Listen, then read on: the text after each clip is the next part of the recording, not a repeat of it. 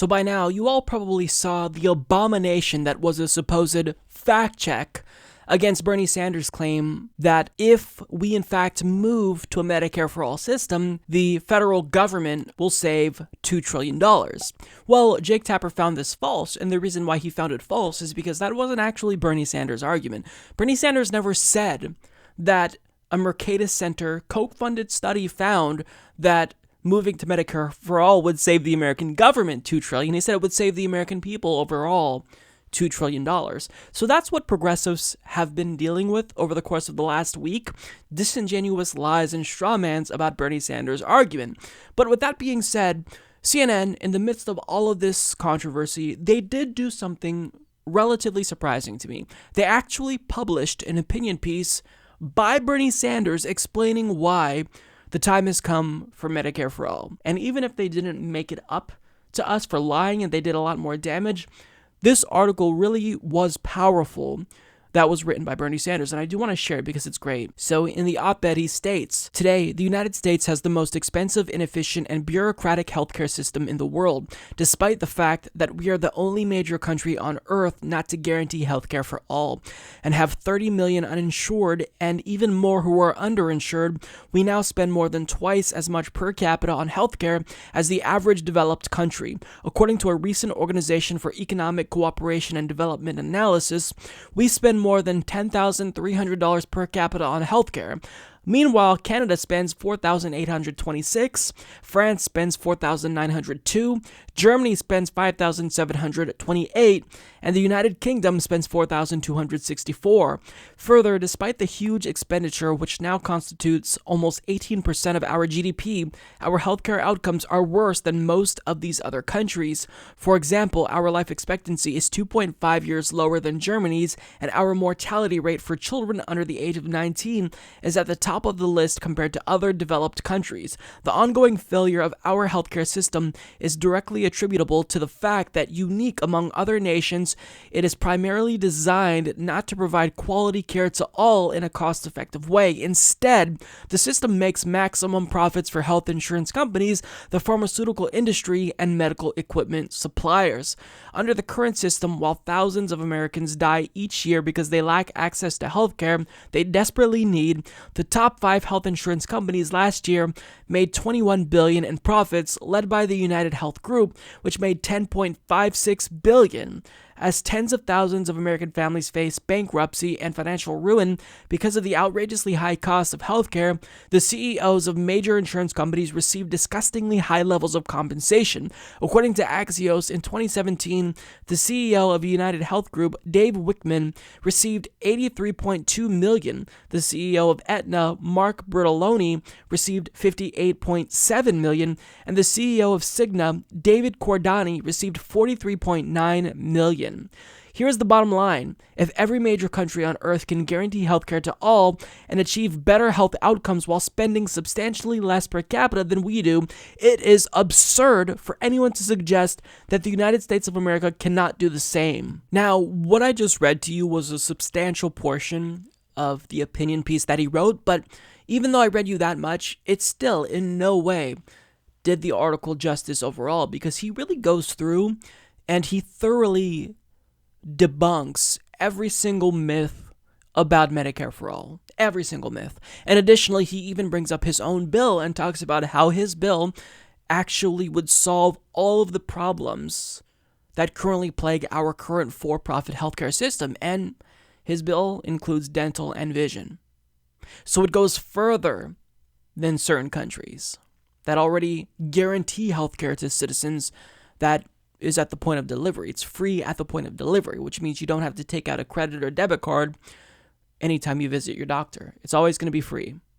So this is really important, and this really is the message that needs to be conveyed when we're talking about healthcare. We need to break apart these myths, and it's helpful that an outlet like CNN publishes this, but at the same time, we take a step forward and we go 2 steps back with the supposed fact check that they recently posted that Jake Tapper made. I mean, think about this. He actually had to admit that they're going to have to redo a portion of the video because it was so riddled with errors.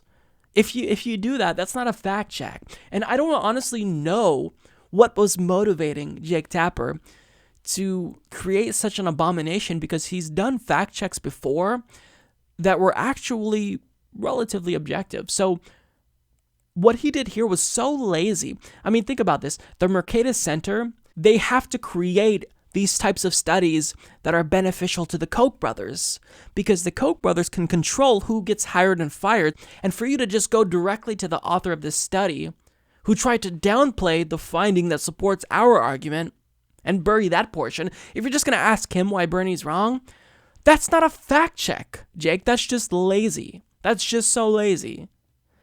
And since I'm talking about it so much, I might as well just show you the clip, because it really was an abomination. They say that a study funded by the billionaire Koch brothers, who are generally, I think it's fair to say, libertarians and conservatives, that the Medicare for All proposal would actually save the government money. Let me thank the Koch brothers, of all people, for sponsoring a study that shows that Medicare for All would save the American people $2 trillion over a 10-year period. It shows that Medicare for All is actually much cheaper than the current system that we pay right now. Is that true? Did a study funded by the Koch brothers indicate that Medicare for All would actually save the U.S. government trillions of dollars? No, it's not true, at least not according to the author of the study. The study in question is a working paper from the Mercatus Center at George Mason University that looked at the 10-year impact of Senator Sanders' proposed Medicare for All plan. Now, while it's true that the Koch brothers have given millions of dollars to the Mercatus Center at George Mason University, and an AP investigation earlier this year suggested that the Koch brothers do have control and influence over the hiring and firing of professors, we should note, for whatever it's worth, the authors of this study said the Koch brothers did not influence them in any way. We asked Senator Sanders' spokesperson. He told us that while the study says Medicare for All would increase the federal budget by roughly $32 trillion, it also says that the projected cost of all healthcare expenditures in the U.S. would drop by $2 trillion. The study's author says that $2 trillion drop is not actually his conclusion. He said that's based on assumptions made by Senator Sanders. In fact, he wrote, quote, "It is likely that the actual cost of Medicare for All would be substantially greater than these estimates, which assume significant administrative and drug cost savings under the plan, and also assume that healthcare providers operating under Medicare for All will be reimbursed at rates more than 40% lower than those currently paid by private health insurance." In fact, he lays out an alternate scenario that does not include savings from provider payment cuts, and in that scenario, the report says that there would be a net increase in healthcare spending. Now, we're not here to make a judgment on the viability of Medicare for All, and we have no idea if the Koch brothers influenced the writing of this Mercatus Center study. But it does seem pretty clear that the presentation being made by Senator Bernie Sanders and Alexandria Ocasio-Cortez about this study lacks a lot of context, and the author of the study says they are not being accurate. A reminder to all you politicians out there, you're perfectly entitled to your own opinions, not to your own facts. So do you see what I'm talking about? You make a straw man out of Bernie Sanders' argument, and for your fact check, you just go to the author of the article, which is paid to do propaganda against Medicare for All. And they have an agenda. They're funded to have this agenda. So for you to just go directly to the Koch brothers here and the person they funded to fact check Bernie Sanders, it's absurd. And Bernie Sanders actually did a great job on Twitter showing why this study, even if the author doesn't want to admit it, it shows that yes, it would in fact save Americans $2 trillion.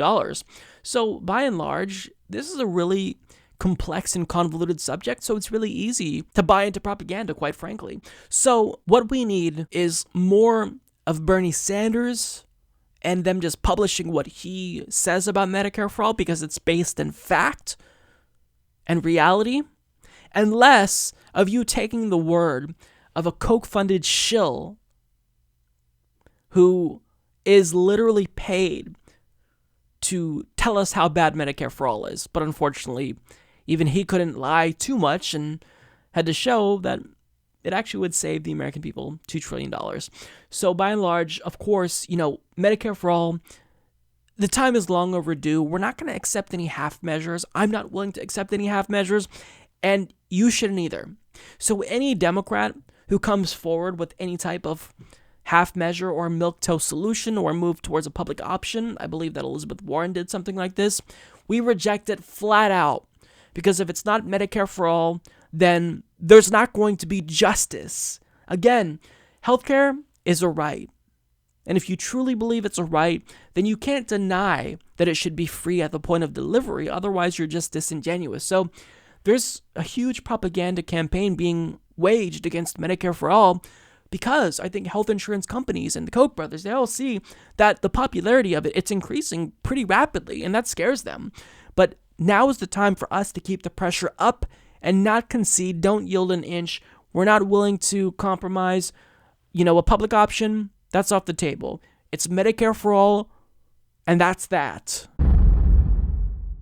Support this podcast by becoming a patron at patreon.com/Humanist Report.